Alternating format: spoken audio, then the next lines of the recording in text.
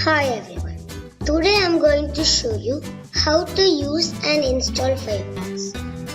First, you open Chrome and then you open like this.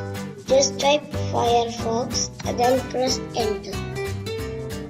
Then just press in download Firefox browser. You can see it. Then one window opens. And that is download Firefox browser. There are two download buttons for Firefox. So press the blue one. Then we have to wait and this comes. Then this Firefox installer exe comes. So we just need to press on that. Then we have to wait for it to come. Then when this comes, you have to press yes. And now you just need to wait for the Firefox installer Windows 10. Then if you have installed it and uninstalled it accidentally, just press reinstall. Then it will come like this. So we have to wait. Now when you see this import wizard, then you just press finish. Or just wait for it to come. Then your Windows 10 laptop refreshes and you just have to wait, and you can already see this icon Firefox. So it will be also, so this will also be opened, Firefox.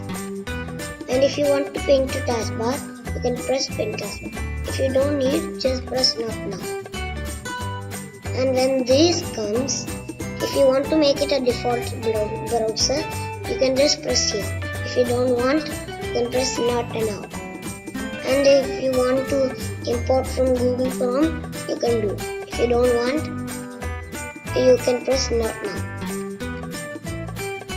And if you want to put any theme, like system theme, light or dark, or app and glow, you can just choose it and then press save theme.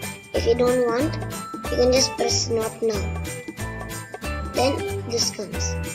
And if you have already used Firefox, all of your things, which apps you have opened will be here. And there's one thing that makes Firefox slow. Google Meet makes Firefox slow. If the Google Meet anything is opened, then it's slow. If Google Meet is opened, it's slow. But if it's joined also, it is slow.